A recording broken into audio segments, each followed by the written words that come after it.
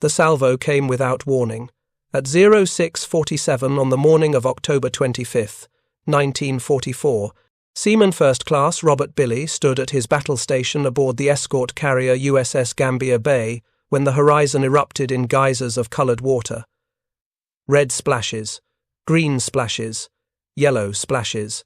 The rainbow fountains climbed 100 feet into the tropical air, each colour marking a different Japanese ship trying to find the range. Billy had been in the Navy for 11 months. He'd never seen enemy shells before. Now he was watching the most powerful battleship ever built trying to kill him. What Billy didn't know, what none of the 800 men aboard Gambier Bay understood at that moment, was that they'd already been written off. Rear Admiral Clifton Sprague, commanding officer of Task Unit 77.4.3, had made a calculation in the first 90 seconds after spotting the Japanese fleet. He had 6 escort carriers that couldn't outrun the enemy, couldn't outfight them, and couldn't escape. His only chance was to buy time. The carriers would run, the destroyers would charge, and mathematics said at least 2, maybe 3 of his carriers would die before help arrived. Sprague chose which ships would be sacrificed before his first radio transmission went out. He just didn't tell their crews. If you're enjoying this deep dive into the story, hit the subscribe button and let us know in the comments from where in the world you are watching from today. The doctrine of acceptable loss had governed naval warfare since the age of sail. Admirals commanded fleets, not individual ships. Victory required thinking in ratios and percentages. If destroying an enemy battle group cost you 30% of your force, that was a win. The survivors got medals. The dead got folded flags. Everyone understood the arithmetic. But Taffy 3 wasn't a battle group designed for combat. It was a support unit built around merchant ship, hulls, crewed by men who'd trained to bomb Japanese bunkers and hunt submarines, not fight surface actions against the Imperial Japanese Navy's remaining heavy units. When Commander Ernest Evans aboard destroyer USS Johnston spotted the pagoda masts on the horizon and began his charge without orders, he wasn't following doctrine. He was rewriting it in real time, making decisions that would either save the carriers or guarantee his ship's destruction. Probably both. The mathematics of sacrifice started with fuel. Sprague's escort carriers, designated CVEs in naval terminology, carried enough fuel for approximately 4 days of normal operations. But running at maximum speed, pushing engines designed for 18 knots up to 19 or even 20 knots through sheer engineering determination, the fuel consumption rate tripled. Gambier Bay's chief engineer, Lieutenant Walter Beyer, calculated the numbers in his head as shells began falling around his ship. At current speed and engine load, they had fuel for maybe 8 hours of flight operations. After that, the carriers would be floating targets with empty hangar decks. The destroyers faced even worse arithmetic. Johnston, Hoel, and Heermann together carried 30 torpedoes total. Once those weapons were expended, the destroyers became 3,000-ton gun platforms, with 5-inch guns facing battleships, whose armour belts measured 16 inches of hardened steel. A 5-inch shell weighed 54 pounds. It could damage a battleship's superstructure, kill exposed crew, and maybe knock out a fire control station if you got lucky. But it couldn't sink a battleship. The armour was simply too thick. Sprague understood this within seconds of receiving the initial contact report. He had 7 surface combatants, 3 destroyers, and 4 destroyer escorts that could hurt the Japanese force. But the pain wasn't enough. He needed to stop them, to turn back 4 battleships, 6 heavy cruisers, 2 light cruisers, and 11 destroyers steaming at 30 knots toward transports, carrying 130,000 American soldiers at Leyte Gulf. The only way to stop that much steel was to make Vice Admiral Takeo Kurita believe he faced something more dangerous than 6 escort carriers. The deception required sacrifice, real sacrifice, not the theoretical kind discussed in war college classrooms. Sprague needed ships to die convincingly, to absorb punishment that would make Kurita think he'd stumbled into a trap rather than a miracle. If the Americans went down too quickly, Kurita would realize how weak they actually were and press the attack. If they survived too long without inflicting damage, he'd simply maneuver around them and reach the transports. The balance was impossible to calculate. Sprague had to guess how many ships he could afford to lose while making each loss costly enough to give Kurita pause. He chose the destroyers first, not because they were expendable, but because they were fast enough to close range, powerful enough to threaten cruisers, and aggressive enough to create chaos.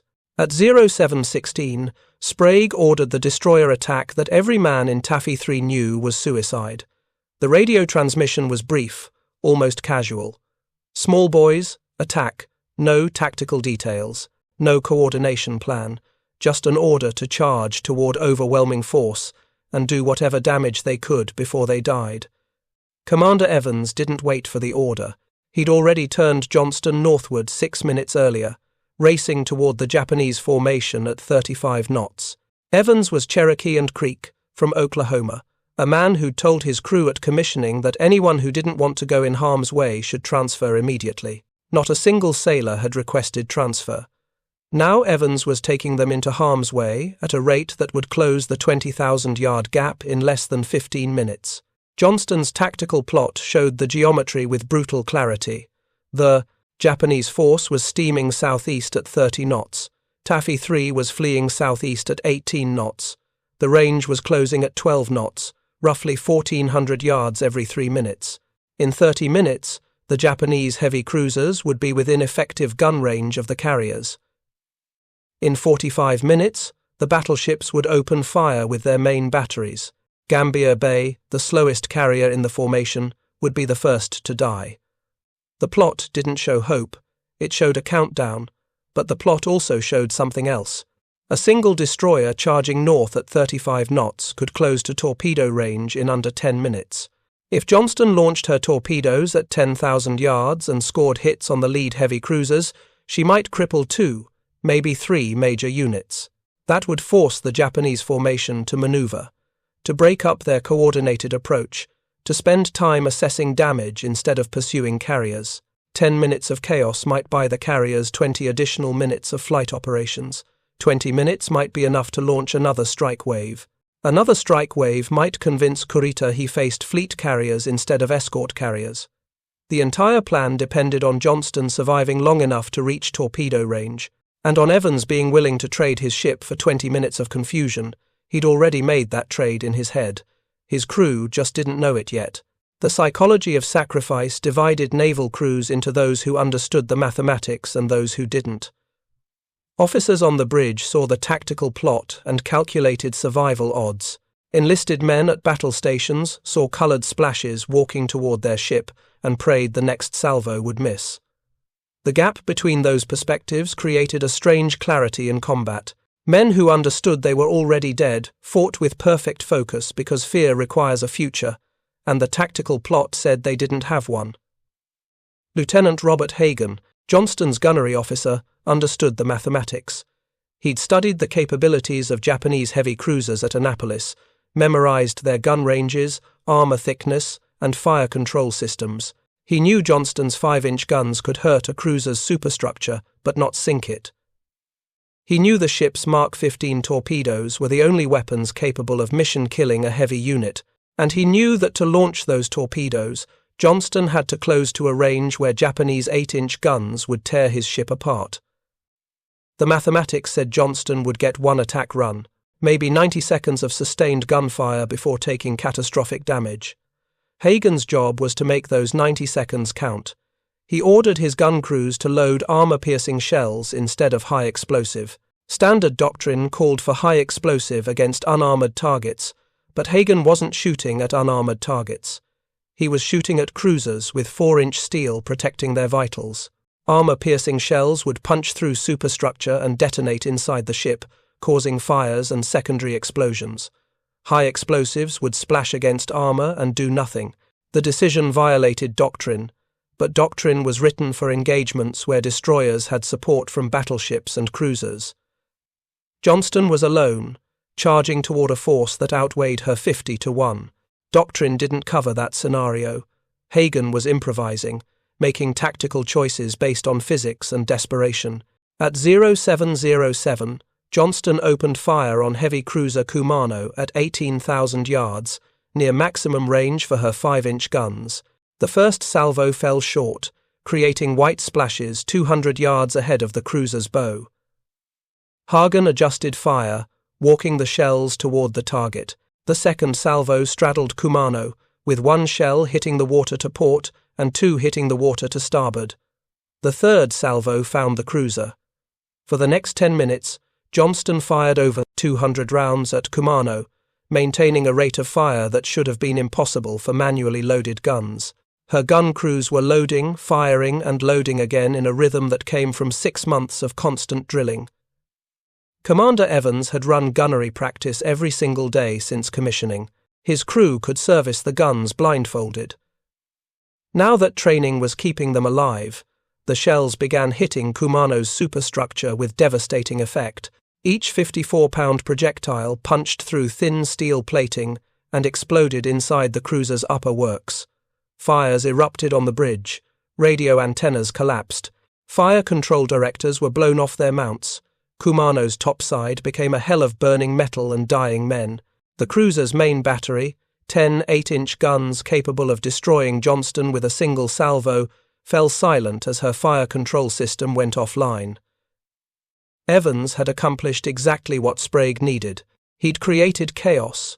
Kumano, one of the 6 heavy cruisers that were supposed to systematically destroy the American carriers, was burning, her command and control severed, her ability to fight coordinated with the rest of the Japanese formation destroyed. And Johnston hadn't even launched her torpedoes yet. At 0720, with the range closed to 10,300 yards, Evans ordered the torpedo launch. All 10 Mark 15 torpedoes left their tubes in a single spread, streaking toward Kumano at 46 knots. The weapons left phosphorescent wakes pointing directly back at Johnston, advertising her position to every Japanese ship in the formation. Evans had just painted a target on his own bridge. The torpedoes ran true. 1, possibly 2, slammed into Kumano's bow. The explosions were catastrophic. Each Mark 15 carried an 825-pound warhead, and the blasts tore off the entire forward section of the cruiser from the bow to the forward turret. Water flooded into Kumano's forward, in compartments through the massive wound. Her speed dropped from 30 knots to 8 knots in seconds. She turned away from the battle, escorted by heavy cruiser Suzuya, removing 2 major Japanese units from the fight. Johnston had traded 10 torpedoes for 2 heavy cruisers. By any measure, that was a victory. But victories in naval warfare are measured by whether your ship survives to fight another day, and Johnston's survival was now measured in minutes, not hours. At 0730, Battleship Yamato's fire control station identified Johnston as a priority target. The Japanese had mistaken the aggressive destroyer for an American light cruiser based on the damage she'd inflicted on Kumano. Yamato's main battery, 9 18.1-inch guns arranged in 3 triple turrets, trained onto Johnston's bearing. The range was 20,300 yards, over 9 nautical miles, near maximum effective range for the massive weapons. Yamato fired a full 9-gun salvo. Each shell weighed 3,220 pounds, more than a compact automobile. The shells took 38 seconds to travel 9 miles, climbing to an apex of nearly 5 miles above the ocean, before plunging down toward Johnston at terminal velocity. The destroyer's radar operator tracked the incoming projectiles and called out impact time. 30 seconds, 20 seconds, 10 seconds. 3 shells hit Johnston almost simultaneously. The first struck below the waterline aft, penetrating the unarmoured hull and exploding in the aft engine room. The blast ruptured steam lines and killed every man in the compartment instantly. The second shell hit amidships, destroying the aft engine completely. Johnston's speed dropped from 35 knots to 17 knots in seconds. The third shell hit 2/3 down the ship, severing electrical power to 3 of her 5 gun mounts. Commander Evans was on the bridge when Yamato's secondary battery, 6.1-inch guns, fired, simultaneously with the main battery. 3 shells slammed into Johnston's superstructure. 1 hit destroyed the torpedo director. 2 more struck the bridge, turning it into a slaughterhouse. Evans was blown off his feet, 2 fingers of his left hand severed by steel fragments. His uniform shirt was literally torn off his body by the blast overpressure. Steel splinters peppered his chest and face. Blood covered every surface on what remained of the bridge. Half his bridge crew was dead. The navigator had lost part of his left hand. The helmsman was wounded but maintained his station. Evans, despite severe wounds and significant blood loss, refused medical treatment beyond minimal field dressing. He relocated command to the fantail, where manual steering was being conducted, and continued fighting his ship. Johnston should have been finished. Standard naval doctrine said a destroyer suffering such catastrophic damage should break off and attempt to retire. But Evans wasn't interested in doctrine. He had 2 gun mounts still operational, one barely functional engine producing perhaps 10 knots, and steering controlled by sailors manually cranking the rudder. That was enough to keep fighting. For the next 2 hours, Johnston would engage target after target, firing until her ammunition was exhausted, maneuvering to draw fire away from the carriers, fighting until Japanese shells finally sent her to the bottom. But in those first 20 minutes of combat, Johnston had accomplished her mission. She'd bought Sprague time. She'd created chaos in the Japanese formation.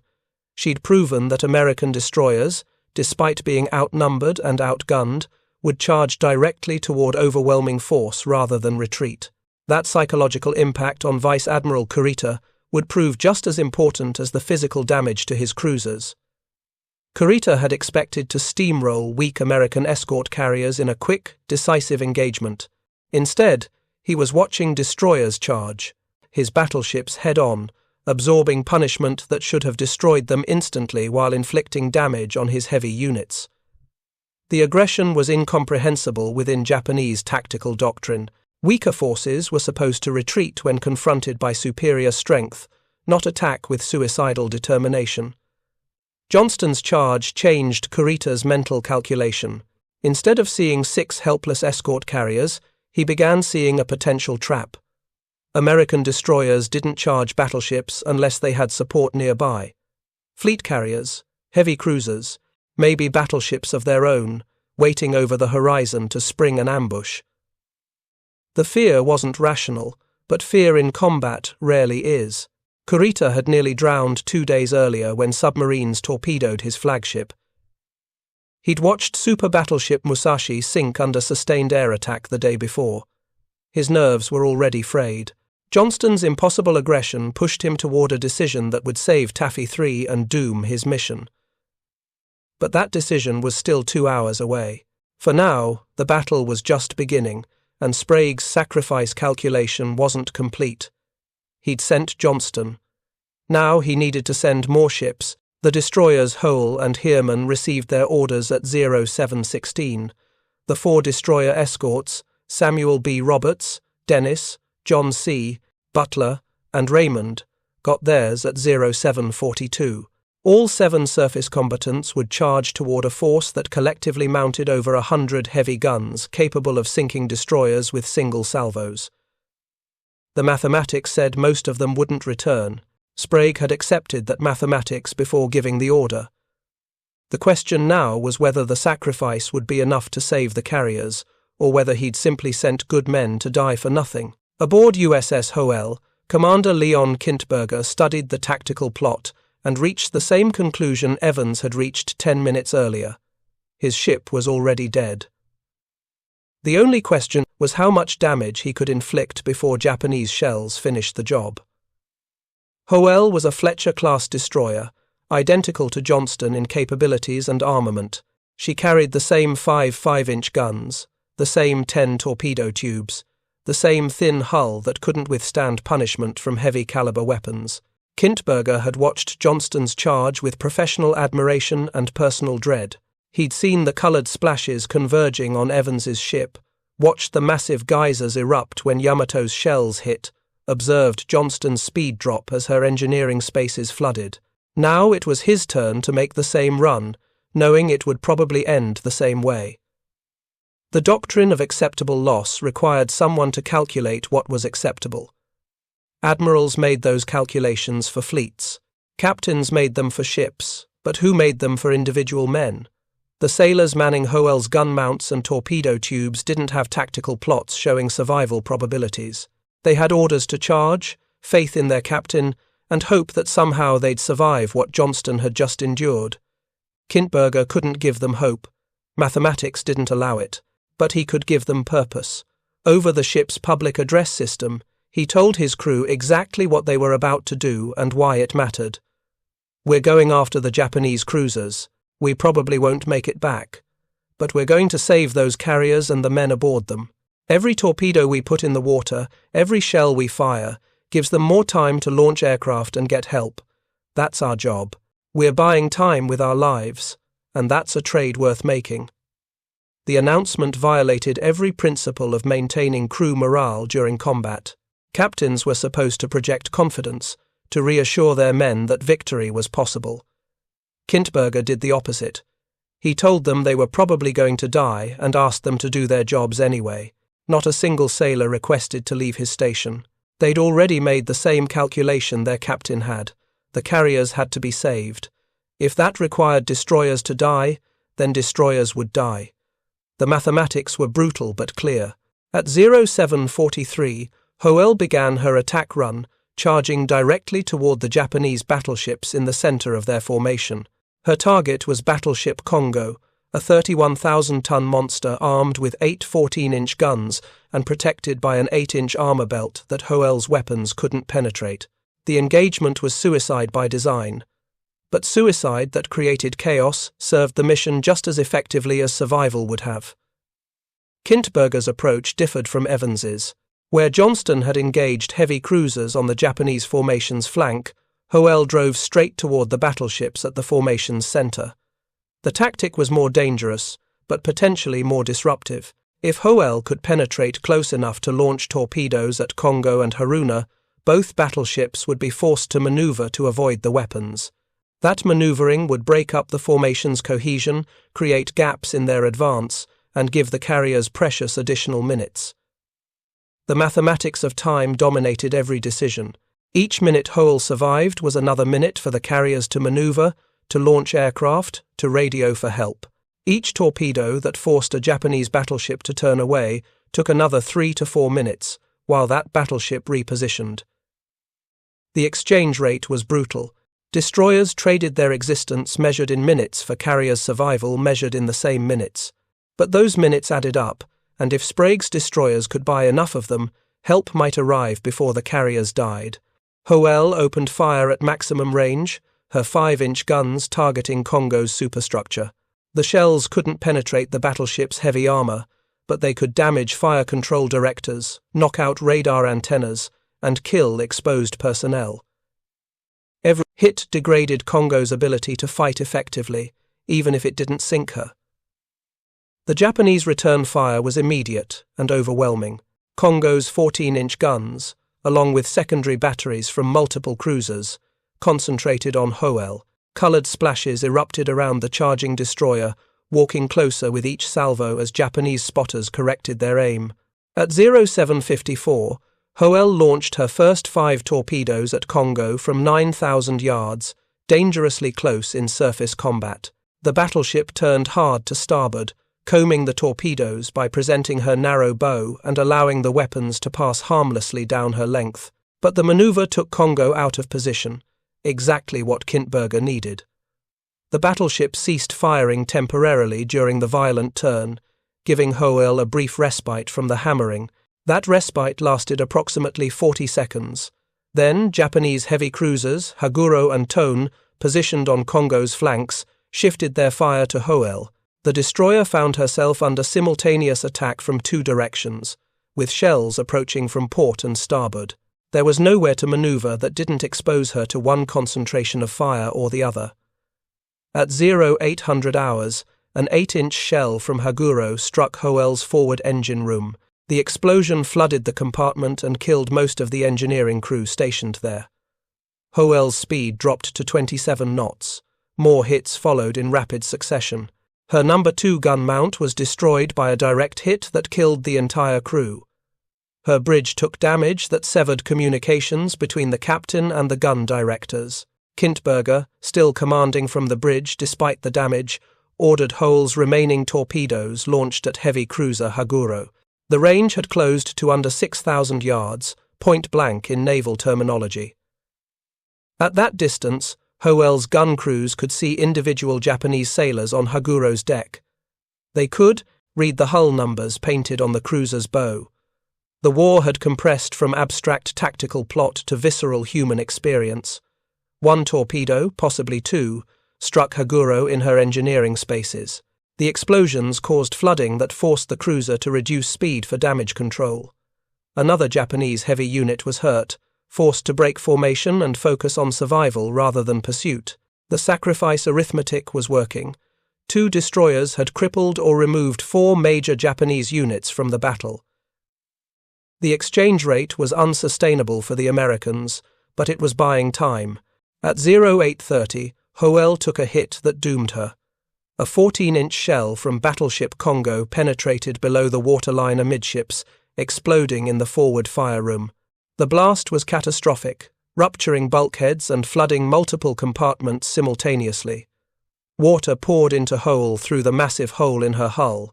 Her remaining engine room flooded minutes later, taking her last propulsion offline. The destroyer went dead in the water, listing heavily to port. Kintberger ordered an abandoned ship at 0840. His crew began going over the sides into the warm waters of the Philippine Sea as Japanese shells continued to hammer their dying ship. Hoel capsized at 0855, rolled over onto her port side, and sank stern first.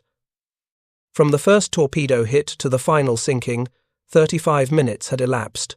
In that time, she'd launched all 10 of her torpedoes, fired hundreds of 5-inch shells, damaged multiple Japanese ships, and bought the carriers approximately 20 additional minutes of survival time. Of Hoel's crew of 273 officers and men, only 86 survived. 187 died, either killed by shell hits, drowned when the ship sank, or taken by sharks during the 2 days survivors spent in the water awaiting rescue. The mathematics had predicted most wouldn't return. The mathematics had been correct. But the mathematics hadn't predicted what the sacrifice would accomplish. By 0900 hours, 90 minutes into the battle, Vice Admiral Kurita's formation was in chaos. His heavy cruisers, Kumano and Suzuya, were out of the fight, one crippled by Johnston's torpedoes, the other detached to escort the crippled ship. Heavy cruiser Haguro was damaged and had reduced speed. His battleships Congo and Haruna had been forced off course multiple times to avoid torpedoes. His formation's cohesion was shattered. Individual Japanese ships were maneuvering independently, each captain making his own decisions about which American ship to engage. Communications had broken down as radio circuits became overloaded with damage reports and conflicting orders. Kurita had lost tactical control of his force.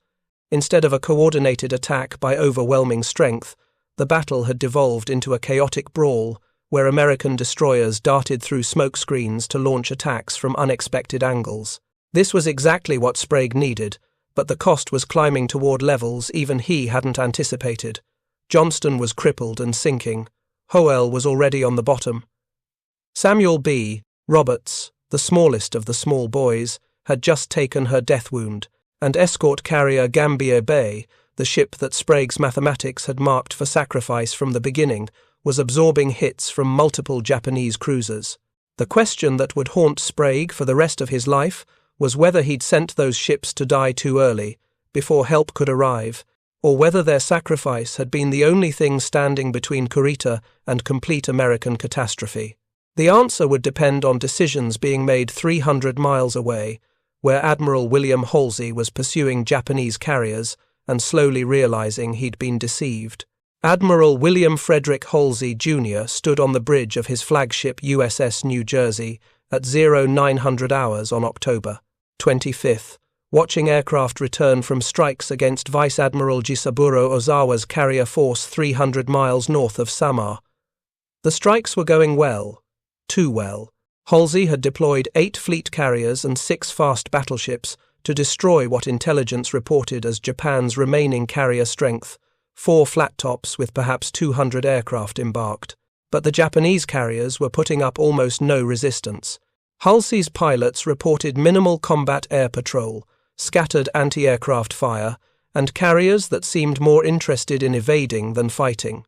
The great decisive carrier battle that Halsey had been chasing since Midway was turning into target practice, which should have made him suspicious. It didn't. Bull Halsey, as the press called him, had built his reputation on aggressive action and decisive victory. He'd led the first carrier raids against Japanese bases in early 1942. He commanded at the Battle of Santa Cruz. He'd driven the Solomons campaign forward through sheer willpower when other commanders urged caution. Aggression had made him a hero to the American public and a terror to the Japanese. But aggression also made him predictable, and the Japanese had planned Operation Show 1 around that predictability. Ozawa's carriers were bait. Their mission was to draw Halsey north while Vice Admiral Kurita's center force struck Leyte Gulf from the west. The plan required Ozawa to sacrifice his carriers and their crews to create the opportunity for Kurita to destroy the American invasion fleet. It was a calculated trade, 4 carriers and perhaps 3,000 men in exchange for dozens of transports and potentially 50,000 American soldiers trapped on the beaches. The mathematics made sense if you were willing to accept the sacrifice. Ozawa was willing. He understood that Japan's strategic situation had deteriorated beyond recovery. The Philippines invasion threatened to cut Japan's access to oil from the Dutch East Indies. Without that oil, the combined fleet couldn't sortie, aircraft couldn't fly, and the war would end within months. Trading 4 carriers for a chance to destroy the invasion was mathematically sound, even if it was morally devastating to the men aboard those carriers who knew they were being expended as bait. Halsey took the bait completely.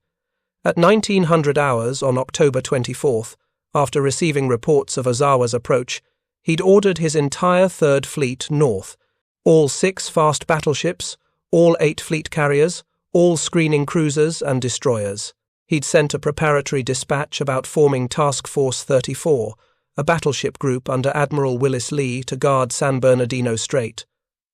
But that was a contingency plan, not an executed order. Through miscommunication and assumption, Admiral Thomas Kincaid, commanding 7th Fleet, believed Task Force 34 had been detached and was guarding the strait.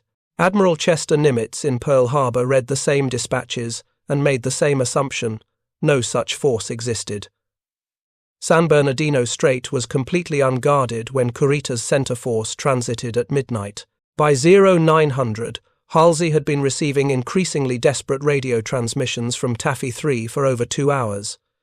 The first transmission at 0647 had been clear. Under attack by a Japanese cruiser force of 4 battleships, 7 cruisers, request immediate assistance. Halsey had initially dismissed it as a garbled contact report. Surely Kincaid's 7th Fleet had positioned battleships to guard the northern approach. The transmissions kept coming, each more urgent than the last. At 0708, enemy closing rapidly, have launched all aircraft. At 0725, taking heavy fire, I need help immediately. At 0800, Gambier Bay hit multiple times, dead in water. At 0840, hotel sinking, Johnston severely damaged, request any assistance available.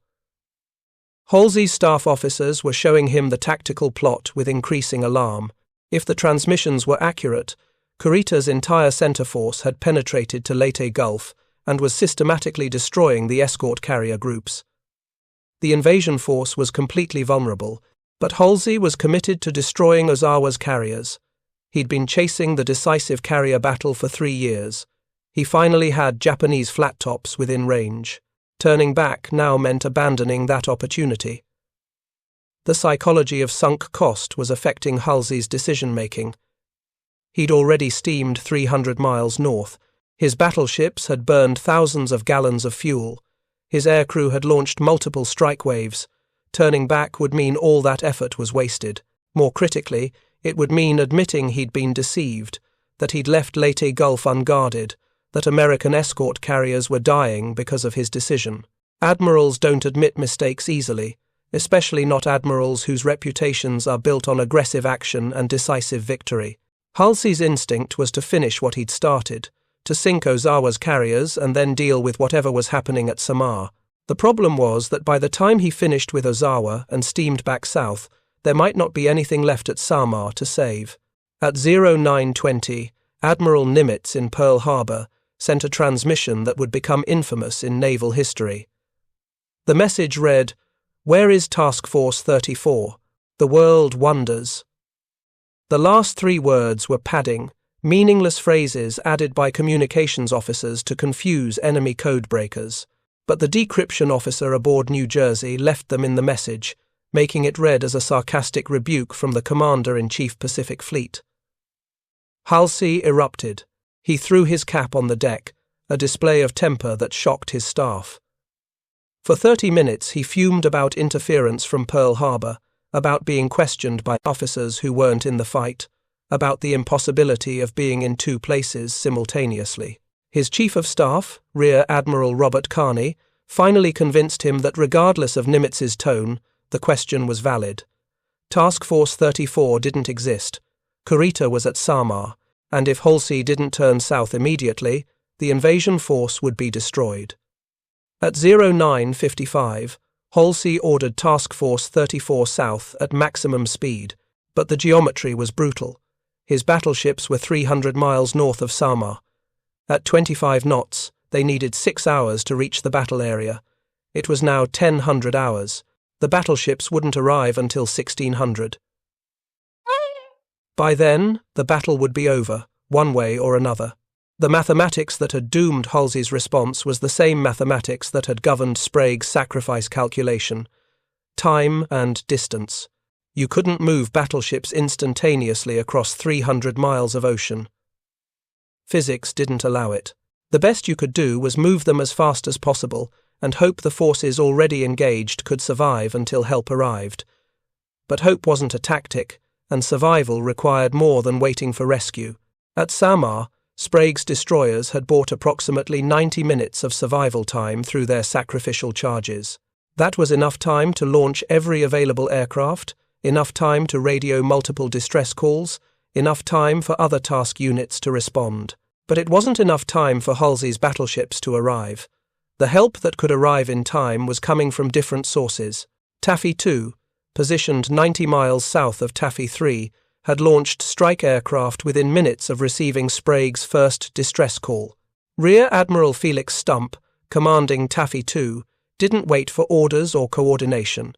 He simply armed every Avenger torpedo bomber with the heaviest weapons available and sent them north at maximum speed. If you find this story engaging, please take a moment to subscribe and enable notifications. It helps us continue producing in-depth content like this. The first Taffy 2 strike wave reached Kurita's force at 0830. 12 TBM Avengers carrying Mark 13 torpedoes and 500-pound general-purpose bombs attacked from different angles simultaneously, overwhelming Japanese anti-aircraft defenses through sheer numbers. The pilots weren't experienced in anti-shipping strikes. Most had trained for ground support missions, bombing bunkers and strafing trucks. But attacking battleships wasn't fundamentally different from attacking bunkers. You picked a target, committed to the attack run, and pressed through defensive fire until you released your weapons. Lieutenant Richard Roby, leading the first Taffy 2 strike, picked heavy cruiser Suzuya as his target. The cruiser was escorting damaged Kumano, making both ships vulnerable to coordinated attack. Roby's Avenger dove through intense anti-aircraft fire, released his torpedo at 800 yards, and watched it streak toward Suzuya's beam. The torpedo missed, passing just ahead of the cruiser's bow. But the near miss forced Suzuya to turn hard to avoid, and that maneuver brought her broadside directly into the path of the second Avenger's torpedo. The weapon struck Suzuya's starboard side forward, detonating her Type 93 Long Lance torpedo tubes. Each Long Lance carried over 1,000 pounds of high explosive. When one detonated, it triggered a chain reaction that blew massive holes in Suzuya's hull. The cruiser's damage control parties fought desperately to contain fires and flooding, but the damage was catastrophic. Within an hour, Suzuya would be abandoned and left to sink. The strike aircraft from Taffy 2 weren't just attacking ships, they were attacking Kurita's confidence. Each wave of aircraft reinforced his growing belief that he'd stumbled into a trap, that the escort carriers he was chasing were actually fleet carriers with much larger air groups. The continuous air attacks, combined with the destroyer charges, were creating a psychological pressure that statistics and intelligence briefs couldn't capture. Kurita had been awake for over 50 hours. He'd nearly drowned when submarines torpedoed his flagship 2 days earlier. He'd watched Musashi sink under sustained air attack the previous afternoon. His formation was scattered, his communications degraded, his heavy cruisers damaged or sinking, and American aircraft kept coming, wave after wave, attacking from different directions with coordination that suggested a much larger force than actually opposed him. The breaking point for Kurita came from cumulative stress, not any single event. At 0900, he'd been confident of victory. His battleships were closing range on the American carriers. His cruisers had already put Gambier Bay out of action. The escort carriers' aircraft were armed with inappropriate weapons, general-purpose bombs, and rockets, instead of armor-piercing bombs and torpedoes. His force should have been able to systematically destroy Taffy 3 and continue south to Leyte Gulf. But at 0925, looking at his tactical plot, Kurita saw chaos instead of victory. Kumano and Suzuya were out of the fight. Chikuma was taking torpedo hits from American aircraft. His battleships, Kongo and Haruna, had been maneuvering to avoid torpedoes for 90 minutes, which broke up their formation and prevented coordinated fire.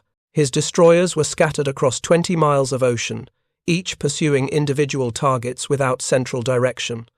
More critically, he'd lost track of where the American carriers were. Smoke screens laid by destroyers and chemical smoke generators had reduced visibility to a few thousand yards in places. Rain squalls had moved through the battle area, temporarily hiding targets. Kurita's last clear radar plot showing all 6 escort carriers was from 0800, 90 minutes ago. Since then, his ships had been engaging targets of opportunity through gaps in the smoke, but nobody had a complete picture of the battlefield. The fear that drove Kurita's next decision was the fear of being trapped. If the Americans had 6 escort carriers here, where were their fleet carriers? Where were their battleships? Kurita had been briefed that Admiral Halsey's Third Fleet was operating somewhere east of the Philippines with 6 fast battleships and 8 fleet carriers. If those ships were nearby, waiting over the horizon to spring an ambush, Kurita's force would be caught between them and whatever American ships were already engaging him. The decision Kurita made at 0925 would be debated by historians for the next 80 years. He ordered his scattered ships to cease pursuit, reform, and withdraw to the north. The radio transmission was brief. All units break off action and assemble north of position. No explanation. No tactical reasoning. Just an order to stop attacking and regroup. Individual Japanese ship captains, in the middle of engaging American targets, received the order with confusion and frustration. Heavy cruiser Tone had been closing on White Plains, preparing to finish the escort carrier with point-blank gunfire. Battleship Kongo had clear firing solutions on Fanshawe Bay. Light cruiser Yahagi was positioned for a torpedo attack on Kitkun Bay. All were ordered to break contact and withdraw. The mathematics of what Kurita abandoned at that moment were staggering. He had 4 operational battleships, 5 heavy cruisers, still combat-capable, 2 light cruisers, and 10 destroyers. Against him were 5 damaged escort carriers, 1 destroyer barely afloat, and 3 destroyer escorts low on ammunition. The force ratio still heavily favored the Japanese. Another 30 minutes of sustained attack would have sunk at least 2 more carriers, possibly all 5 remaining ships. More critically, once the carriers were destroyed, Kurita would have had clear access to Leyte Gulf, where hundreds of transports and amphibious ships sat at anchor, completely defenseless against battleship gunfire. The opportunity to inflict a strategic defeat on the American invasion, the entire purpose of Operation Show 1, was within his grasp. He chose to withdraw instead. The psychology of command failure has been studied extensively since World War II, and Kurita's decision at Samar became a case study in how stress, incomplete information, and accumulated fear can cause commanders to make irrational choices. Objectively, Kurita should have pressed the attack. His force still had overwhelming advantages in firepower and armor. The American destroyers were sunk or crippled. The escort carriers were nearly out of aircraft and ammunition. But objectivity requires clear thinking, and Kurita's thinking had been clouded by 50 hours without sleep, near drowning, watching his flagship explode, seeing Musashi sink, taking continuous air attacks, and facing destroyers that charged battleships instead of retreating. The cumulative psychological weight of those experiences had exhausted his capacity for rational analysis. When faced with uncertainty and chaos, he chose the conservative option: withdraw, regroup, assess the situation. That conservative choice saved Taffy 3 and doomed Operation Show 1. Aboard Fanshawe Bay, Admiral Sprague watched the Japanese battleships and cruisers turn away with disbelief that bordered on shock. He'd been certain his entire task unit would be destroyed. The tactical mathematics had been clear. The Japanese had overwhelming firepower. His destroyers were dying. His carriers were damaged and slowing. Gambier Bay was sinking. Help wouldn't arrive for hours. The only question had been how many carriers would survive long enough for Halsey's battleships to reach the battle area. Now the Japanese were withdrawing. Sprague's first thought was that it must be a tactical redeployment, that Kurita was reforming his scattered ships for a coordinated final attack. But the Japanese ships kept steaming north, opening range, disappearing into rain squalls. They weren't repositioning, they were leaving. A signalman standing near Sprague called out words that captured the surreal moment. "God damn it, boys! They're getting away!" The statement reflected the complete inversion of expectation. 30 minutes ago, Sprague had been calculating which carriers to sacrifice. Now his signalman was suggesting the Japanese were escaping, as if Taffy 3 had been the superior force all along. Sprague's after-action report, filed 3 days later, included the assessment that would become one of the most quoted lines in naval history. The success of Taffy 3 was nothing short of special dispensation from the Lord Almighty. He meant it literally, not rhetorically. Sprague was a religious man who attended services regularly. He'd prayed throughout the battle, asking God to save his ships and men. The Japanese withdrawal, coming at the precise moment when destruction seemed inevitable, appeared to him as direct divine intervention. Fleet Admiral Chester Nimitz would later provide a more tactical analysis, noting that Taffy 3's survival resulted from the aggressive action of destroyers and destroyer escorts, the effective use of smoke screens, continuous air attacks, and the enemy's apparent confusion regarding American force strength. But Nimitz added his own assessment that matched Sprague's conclusion. The outcome defies conventional tactical analysis. The battle wasn't over. At 10:50, even as Sprague was recovering from the surface action and beginning rescue operations for survivors in the water, a new threat appeared. 5 Japanese aircraft approached from the west at low altitude, climbed to approximately 2,500 feet, then dove directly toward the carriers. These weren't conventional bombing runs. The pilots had no intention of pulling out. They were aiming their entire aircraft at American ships. The Kamikaze Special Attack Corps was making its first organized appearance of the war. The term kamikaze, meaning divine wind, referenced the typhoons that destroyed Mongol invasion fleets in the 13th century. The Japanese believed that divine intervention through natural disasters had saved Japan from foreign conquest. Now they were creating their own divine wind through suicide attacks. The tactic was born from desperation and mathematical calculation. By October 1944, Japan's pilot training program had collapsed. Fuel shortages, limited flight hours. Experienced instructors were dead. New pilots received perhaps 50 hours of training before being sent to combat units, barely enough time to learn basic takeoff and landing. These pilots couldn't execute the complex maneuvers required for dive bombing or torpedo attacks, but they could point their aircraft at a ship and hold course until impact. The mathematics supporting kamikaze attacks were coldly logical. A conventional bombing attack by poorly trained pilots had perhaps a 5% hit probability. 95 out of 100 bombs would miss their targets, but a suicide dive attack had a 20% hit probability, sometimes higher. The pilot could make course corrections throughout the dive, compensating for target movement and wind. Even anti-aircraft fire often couldn't stop the attack because killing the pilot didn't stop the aircraft. Momentum carried the plane forward, even if the pilot was dead. From Japan's perspective, trading one aircraft and one pilot for a 20% chance of sinking an American carrier was mathematically favorable. The Americans were building fleet carriers faster than conventional attacks could sink them. But kamikaze attacks multiplied force effectiveness by a factor of 4. If you accepted that pilots were expendable resources, the mathematics made kamikaze attacks the most efficient tactic available. The ethical implications of ordering men to commit suicide as a military tactic would be debated for decades. But in October 1944, Japanese commanders were past ethical considerations. They were losing the war. Conventional tactics hadn't stopped the American advance. Kamikaze attacks were a weapon of last resort by a nation that had exhausted all other options. The first kamikaze to attack Taffy 3 was a Mitsubishi, a 6M0 fighter piloted by Lieutenant Yukio Seki, commander of the Shimpu Special Attack Unit. Seki had volunteered for the mission after being told that his skills as an experienced pilot were needed to lead the unit. He reportedly told a war correspondent before takeoff that his death would be meaningless unless it contributed to eventual Japanese victory, which he doubted was possible.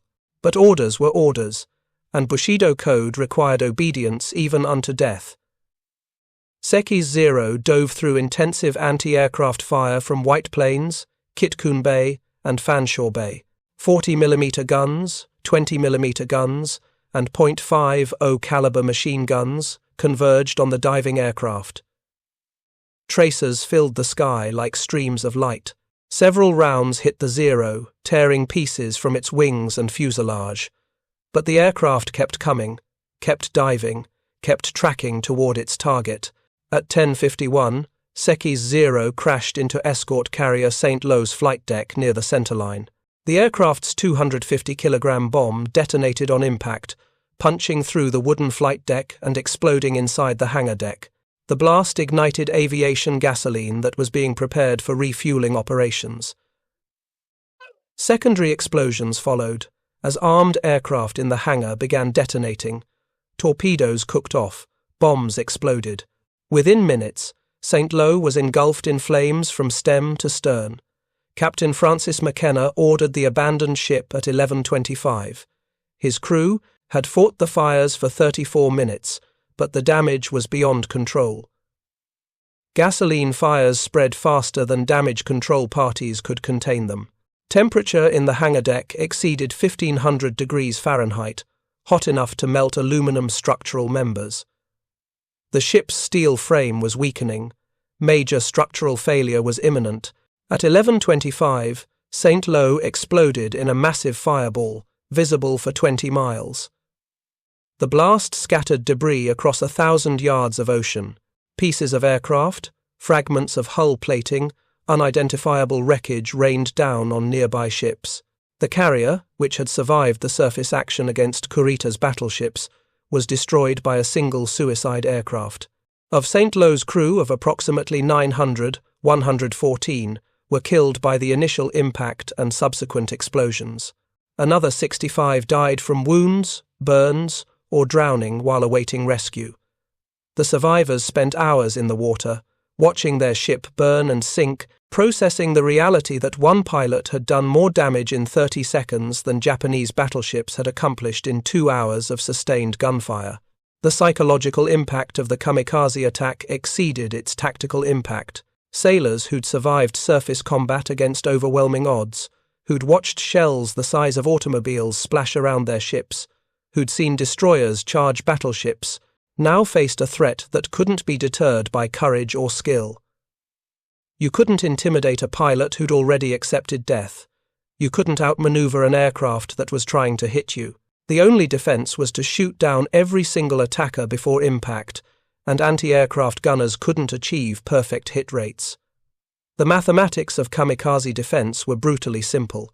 If 20 aircraft attacked and anti-aircraft fire destroyed 18, that was a 90% success rate, excellent by any measure. But the 2 aircraft that got through would still hit their targets.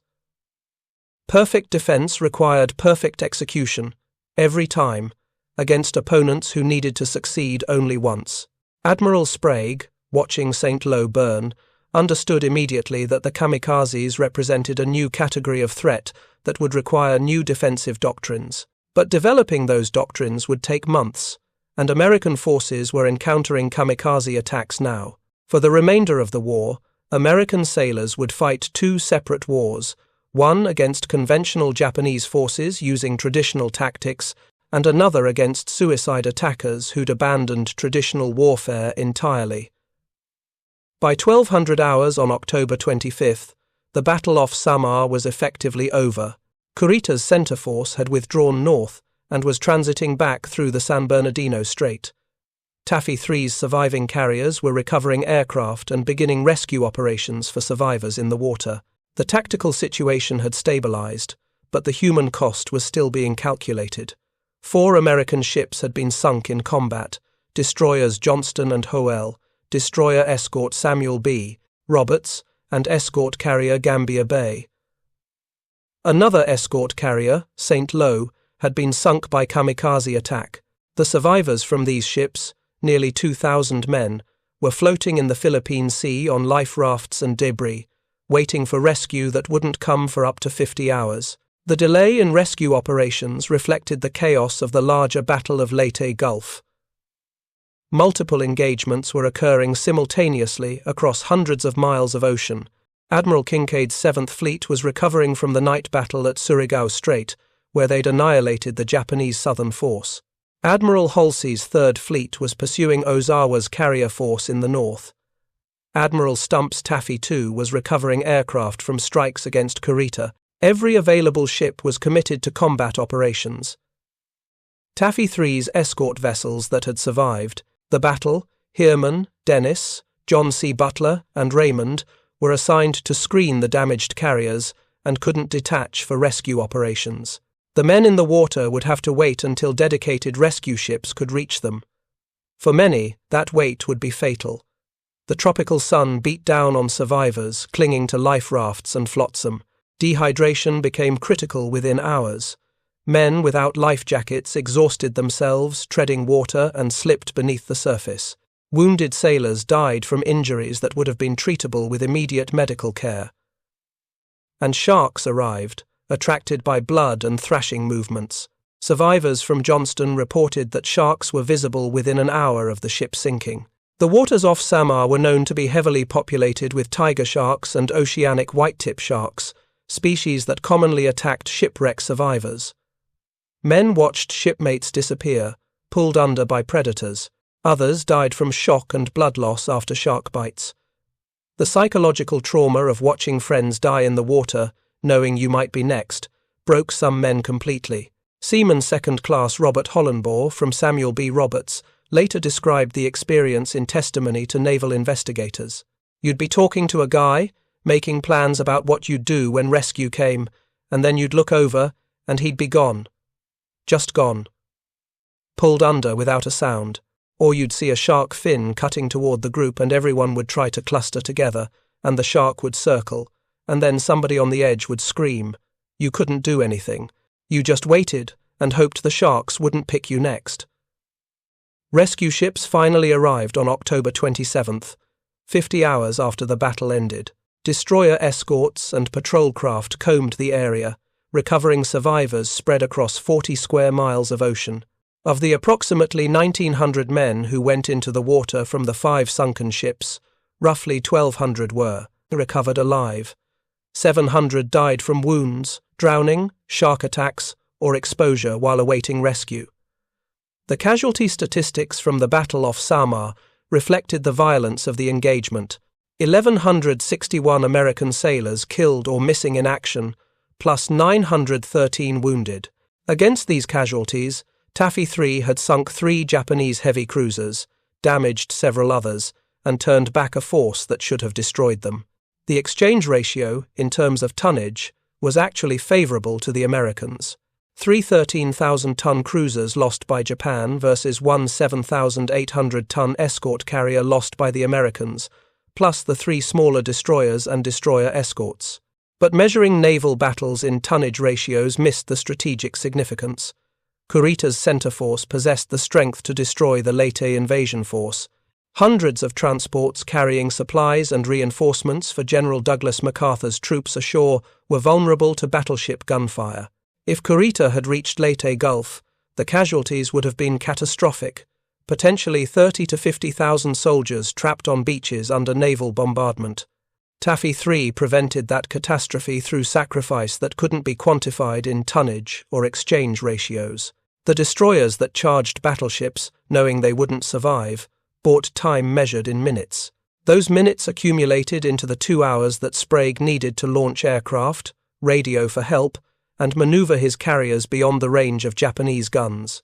The deeper question that historians and naval analysts would debate for decades centered on why Kurita withdrew when victory was within his grasp.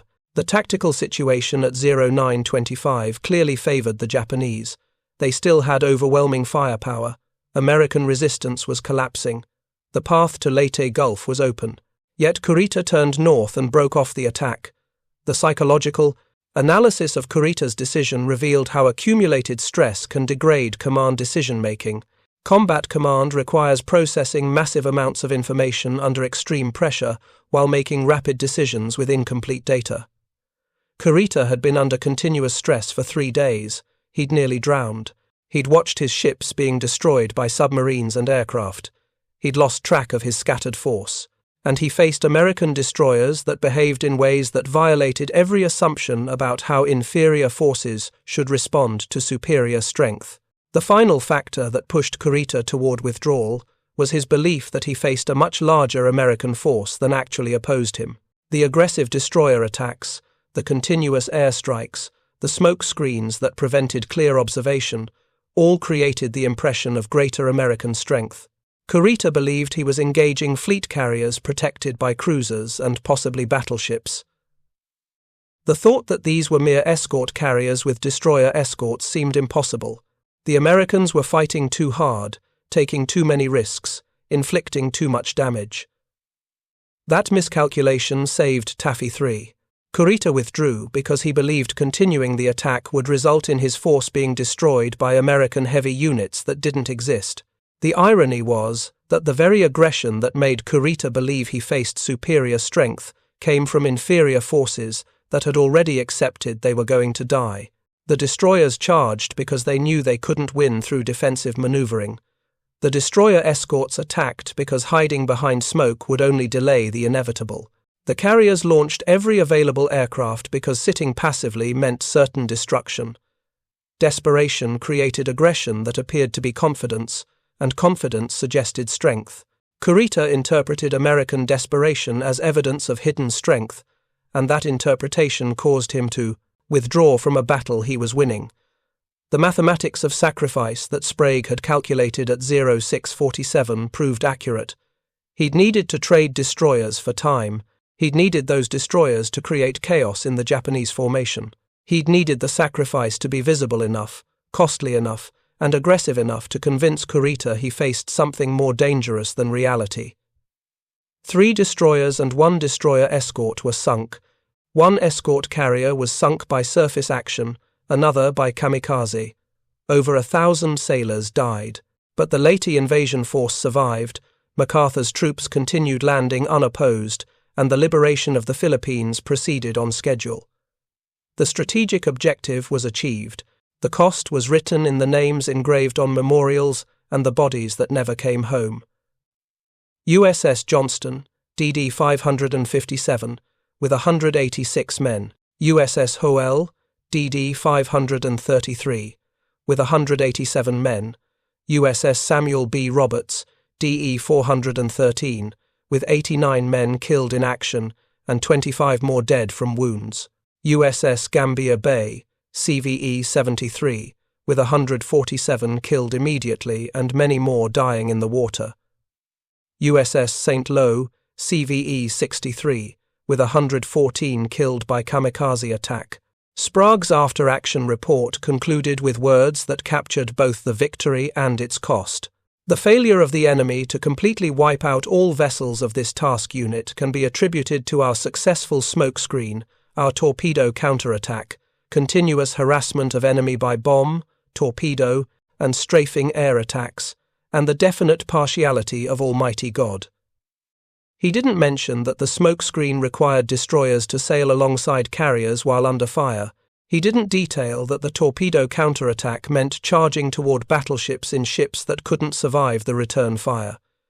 He didn't calculate how many men died to maintain the continuous air harassment. The after-action report listed tactics and results. It couldn't capture the human cost of those tactics or the weight of decisions that sent good men to die for mathematics. Thank you for watching. For more detailed historical breakdowns, check out the other videos on your screen now, and don't forget to subscribe.